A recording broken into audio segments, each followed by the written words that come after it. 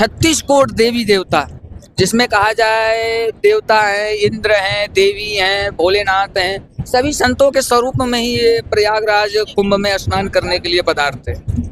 तो गाइस, जैसा कि देख सकते हैं आज निकल चुका है जूना अखाड़ा संगम क्षेत्र में। देख सकते हैं यहाँ हजारों की भीड़ है, हजारों की जनसंख्या में जनता है, हजारों की संख्या में हमारे नागा साधु आ चुके हैं। तो मैंने अभी इंटरेक्ट करने की कोशिश की, उनसे बात करी, नागा साधु से मैंने बात करी, उनसे मैंने पूछा, जो थे वो सन 81 से वो अपना घर परिवार छोड़ के नागा साधु बन गए हैं। उन्होंने बताया अगर कोई बनना चाहे यदि तो उसके लिए साधना करनी पड़ती है। महाराज जी, आपका शुभ नाम? हमारा शुभ नाम नागा तपस्वी महंत शिवानंद गिरी। महाराज जी, आप कहाँ से हैं? हम न्यू क्लॉट मार्केट, भैरव बगीची, इंदौर।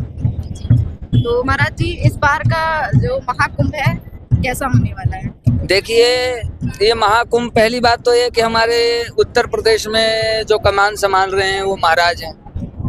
दूसरी बात ये है कि अपने सनातन धर्म का सबसे बड़ा मेला माना जाता है धार्मिक, जो कि आज जूना अखाड़ा नागा सन्यासियों का पेशवाई हो रहा है। धर्म ध्वजा के लिए हम लोग जा रहे हैं अखाड़े से, और ये बहुत ही ऐतिहासिक कुंभ होगा जिसको स्वर्ण अक्षर से लिखा जाएगा। स्वर्ण अक्षर से? जी महाराज जी, ये जूना अखाड़ा के इतिहास के बारे में कुछ बताइए। जूना अखाड़ा हमारे सनातन धर्म की, कहा जाए तो हमारे सनातन धर्म की सर्वप्रथम सीढ़ी जूना अखाड़ा है, जो कि मुगलों से लड़ाई करने में, अंग्रेजों से लड़ाई करने में अपना बहुत बड़ा योगदान दिया है।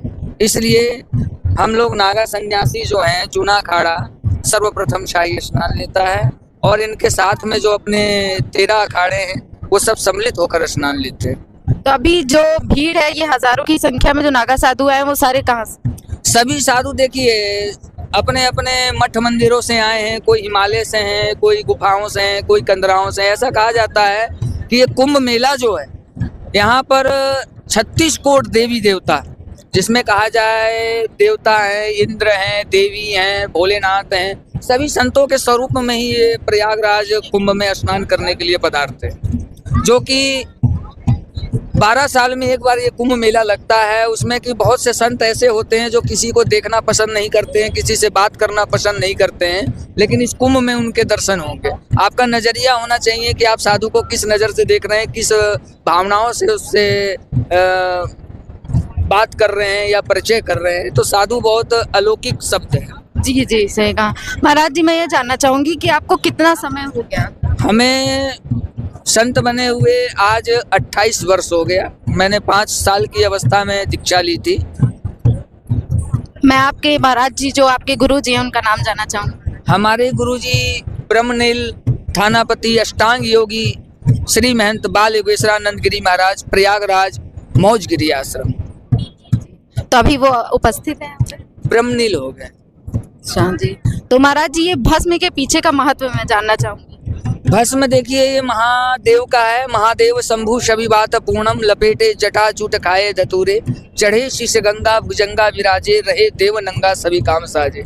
ये जो अपना, जैसे कि एक गृहस्थ अपने पैंट कमीज पहन के रहते हैं, उसी प्रकार से नागा सन्यासियों का वस्त्र है, जिसको हम लोग आमंत्रित करके धारण करते हैं। तो ना इसमें तूफान, सर्दी, किसी भी प्रकार का कोई भी अटैक, तंत्र मंत्र यंत्र, कोई भी चीज, असाध्य से असाध्य शक्ति जो होती है, वो हमारे ऊपर कोई असर नहीं करता है, क्योंकि साक्षात बाबा महाकाल का हाथ हमारे सर पे होता है।